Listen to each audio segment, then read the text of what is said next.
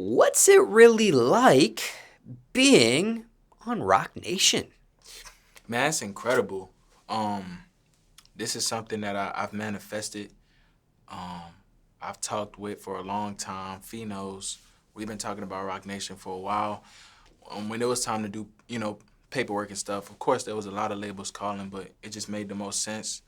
Rock Nation, and it's incredible. We have there's departments for everything that help us out as artists, artist development, and stuff like that. So it's incredible, man. Shout out Rock Nation. Shout out Sherry. Shout out Nadine. Yeah, it's lit. And just for transparency, Nadine is off camera to the side of you during this interview. Yeah, that's my PM. Now, who do you have the closest bond with on that imprint? Yeah, I can't do that, man. I'm gonna have to go with Ethan. That's my A&R.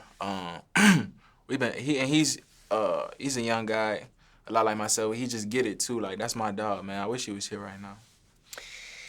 And did you have a bond with him prior to being on Rock Nation? Nah, I actually got close with him. Like, I was already signed to Rock Nation for like a little time before I got close to him. Like, we really locked in LA. Starting up, you're the problem. Like, trying to work that out. Like, that was my dog. Like, through and through. Now, have you had the opportunity to meet Jay-Z yet? Hell yeah. I met him on 2 occasions. The first time I met him was at the 4040 Club, which I don't think that they have no more in New York. But I met him there for the first time. We was at the event. We was lit. And I was upstairs with everybody. I think I was talking to Joe Budden at the time. And then I just saw everybody crowding the door. And then I just saw dreads, like wicks. And I just knew it was him. And he, like, walked right up to me. Like, I can't make this up. Like, he walked right up to me and shook my hand and was like, yo, I appreciate you for coming. And then I met him the second time when we was at the Rock Nation brunch. Got to shake his hand and chop it up. So, yeah, shout out Jay, man. I need that feature before he retired. And those limited times that you've been around him, what was he really like? Man, he's just really humble.